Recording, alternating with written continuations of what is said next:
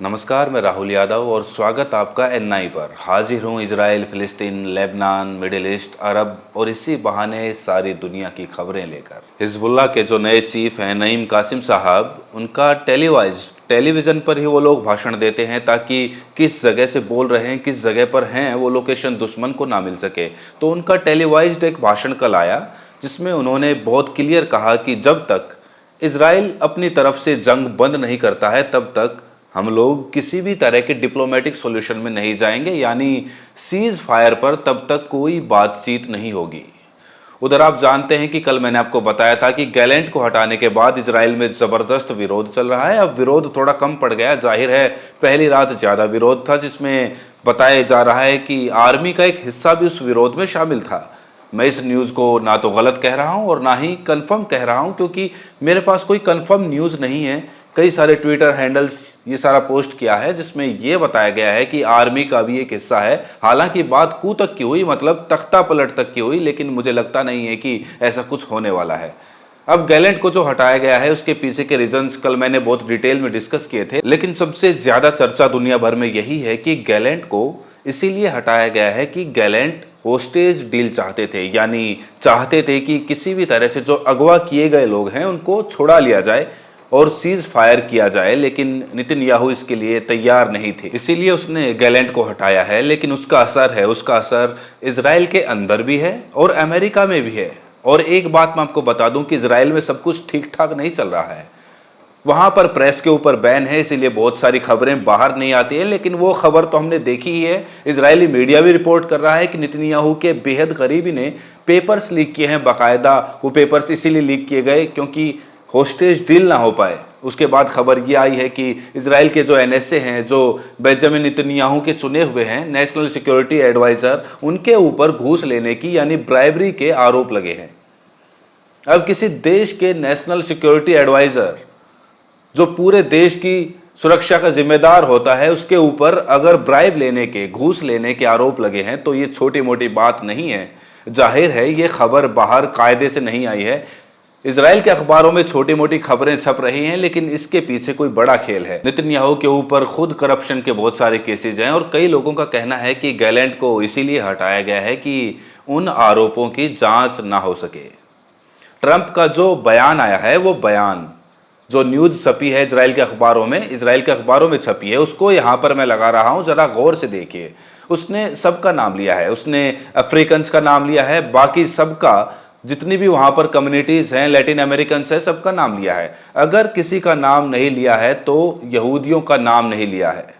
यानी उसने सबको शुक्रिया कहा है, यहूदियों को शुक्रिया नहीं कहा है। और यहीं पर यह खबर है कि 79% अमेरिकन यहूदियों ने कमला हैरिस को वोट दिया है, जिससे यह लगता है कि नेतन्याहू चाहता तो यही था कि कमला हैरिस सत्ता में आ जाए ताकि जो कुछ जैसा चल रहा है वैसा लगातार चलता रहे। अब मिशिगन में जो कमला हैरिस की हार है वो बेहद चिंता में डालने वाली है डेमोक्रेटिक पार्टी को। आज एक लंबा बयान पार्टी सेंटर्स का आया है जिसमें उन्होंने डेमोक्रेटिक हार की वजहें गिनाई है। मैंने तो कल ही कह दिया था कि कमला की जो हार है वो गजा की सजा भी है, और अब बड़े बड़े एनालिस्ट जो हैं वो इस बात को कह रहे हैं कि गजा के ऊपर जो स्टैंड लिया कमला हैरिस ने वो भी उनकी हार का कारण बना। बहुत सारे ट्वीट्स ऐसे दिखाई दे रहे हैं जिसमें ये कहा जा रहा है कि इतने % लोगों ने कहा कि गजा में जिस तरह से इन लोगों ने स्टैंड लिया वो गलत था, वगैरह वगैरह। मैं आपको एक एग्जाम्पल और देता हूँ, 2 महिलाओं के नाम ले रहा हूँ, इल्हान ओमर और रशीदा क्लेव। ये दोनों जो महिलाएं हैं ये मुस्लिम महिलाएं हैं और डेमोक्रेटिक पार्टी से पिछली बार भी चुनी गई थी। इन महिलाओं ने संसद के अंदर और बाहर लगातार फिलिस्तीन को सपोर्ट किया है।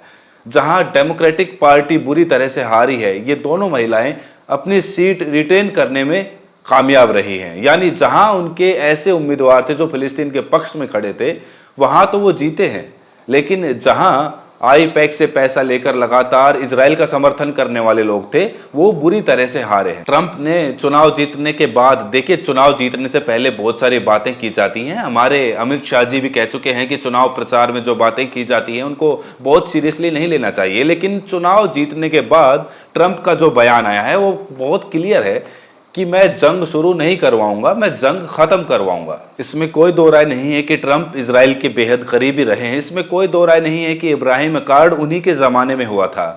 इसमें भी कोई दो राय नहीं है कि इजराइल में जो अमेरिकन कॉन्सुलेट था उसको उन्होंने जेरूसलम में शिफ्ट किया था, जिसका फिलिस्तीनियों ने काफी विरोध किया था। इसमें भी कोई दो राय नहीं है कि गोलन हाइट्स पर जब क्लेम है इजराइल का, उसको भी मान्यता दी थी डोनाल्ड ट्रंप ने। इसमें भी कोई दो राय नहीं है कि ईरान के बड़े नेता का, एक बड़े लीडर की उन्होंने हत्या करवाई थी और बाकायदा स्वीकार किया था कि मैंने सुलेमानी साहब की जब हत्या कराई थी तब उन्होंने स्वीकार किया था कि मैंने ये करवाया है, जिसकी वजह से ईरान में उनके लिए काफ़ी गुस्सा था, ईरान से उनके रिश्ते भी काफ़ी ख़राब थे। ये बात है 4 साल पुरानी। इस बीच में 4 साल बीते हैं। 4 साल में नेतन्याहू के साथ ट्रंप के रिश्ते बहुत अच्छे नहीं रहे हैं। दोनों ने एक दूसरे के बारे में बुरा कहा है और इस बार जब वो जीत के आए हैं तो पिछली बार अमेरिकन अरब्स ने बिल्कुल उनका साथ नहीं दिया था, लेकिन इस बार जब वो चुनाव जीत के आए हैं तो यहूदियों ने उनका साथ नहीं दिया है, जबकि अमेरिकन अरब्स ने साथ दिया है। देखिए, मैं कोई भविष्यवाणी नहीं करता हूं, जो फैक्ट्स है उनको एनालाइज कर रहा हूं। मेरी एनालिसिस सही भी हो सकती है, गलत भी हो सकती है, लेकिन जो फैक्ट्स हैं वो आपको बता रहा हूं। और इस पूरे अभियान में जो अमेरिकन अरब्स के बीच में ट्रंप के लिए जो अभियान चला है, उसमें फ्रंट में जो रहे हैं वो रहे हैं मसाद बुलोस, जो उसके प्रेसिडेंट रहे हैं। उन्होंने बाकायदा बयान दिया है कि अगर नेतन्याहू जंग नहीं रोकता है तो हम उसके खिलाफ आर्क एम्बार्गो लगा सकते हैं, यानी हथियार बेचना बंद कर सकते हैं। ट्रंप वो आदमी है जिसके ऊपर भरोसा नहीं किया जा सकता, वो क्या कहता है क्या करता है इसके बारे में कभी आप बहुत कंफर्म नहीं हो सकते हैं। तो ये भी हो सकता है कि जंग बिल्कुल दूसरे लेवल पे पहुंच जाए। इसीलिए आप देखते हैं कि चाहे ईरान हो, चाहे हमास हो, चाहे लेबनान हो, सब ने यही कहा है कि अमेरिका में जो सत्ता बदली है उसका कोई बड़ा असर नहीं पड़ने वाला। लेकिन असल में क्या असर पड़ेगा ये 2-4-5 दिन में जो बयान आएंगे उनसे समझ में आएगा। अभी जो उसका सबसे इंपॉर्टेंट बयान आया है वो यही बयान आया है कि मैं जंग शुरू नहीं करने वाला, जंग खत्म करने वाला हूं। और चूंकि इलेक्शन के बाद ये बयान आया है, इलेक्शन के पहले नहीं आया है, तो इस पे थोड़ा बहुत भरोसा किया जा सकता है। दुनिया में वैसे भी अमेरिका के ऊपर भरोसा करना सबसे मुश्किल काम है, लेकिन अगर भरोसा किया जा सकता है थोड़ा बहुत ट्रंप की बात पे, तो ये बहुत मुमकिन है कि वो जंग खत्म कराने की तरफ बढ़े। असल में यूरोप भी बहुत परेशान है। यूरोप की अपनी इकोनॉमिक कंडीशन बहुत खराब है और जिस तरह से बाइडेन लगातार यूरोप की मदद कर रहा था, ट्रंप कतई उस तरह की मदद नहीं करने वाला।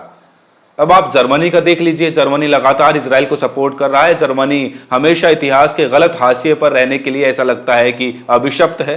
जब नाजियों का सारा काम चल रहा था, यहूदियों के ऊपर अत्याचार चल रहा था, तो वो यहूदियों के खिलाफ था। अब गजा में और बाकी जगहों पर इजराइल यानी यहूदी जब अत्याचार कर रहे हैं तो वो यहूदियों के साथ खड़ा है। अब उसमें क्या हुआ कि अमेरिका ने बैन किया रसिया के ऊपर कि रसिया से सस्ता तेल नहीं लेना है। जर्मनी ने मान लिया, रसिया से सस्ता तेल लेना बंद कर दिया, इकोनॉमी का सत्यानाश हो गया। अब वोल्क्सवैगन अपने पूरे इतिहास में पहली बार कई सारी अपनी जो कंपनियां हैं, फैक्ट्रियां हैं, उनको बंद करने के कगार पर पहुंच गया है। और मामला यहां तक बढ़ा है कि उन्होंने अपने फाइनेंस मिनिस्टर को हटा दिया है। उसके बाद फाइनेंस मिनिस्टर की पार्टी ने समर्थन वापस ले लिया है और अब स्कोच कह रहे हैं कि जनवरी में फिर से हम वोटिंग कराएंगे, विश्वास प्रस्ताव कराएंगे। बहुत उम्मीद ये है कि जनवरी में उनकी सरकार गिर जाए और वहां पर नए चुनाव हों। ब्रिटेन की भी स्थिति कोई बहुत अच्छी नहीं है, फाइनेंशियल प्रॉब्लम वहां भी बहुत ज्यादा है। तो यूरोप के लिए भी अब इतना आसान नहीं होगा। अगर उसी तरह से हथियार और पैसा देना ट्रंप जारी नहीं रखता है तो यूरोप के लिए भी उतना आसान नहीं होगा लगातार हथियार और पैसे इजराइल को मुहैया कराना। इसीलिए देखना बड़ा इंपॉर्टेंट होगा कि आगे क्या होता है, कैसे होता है।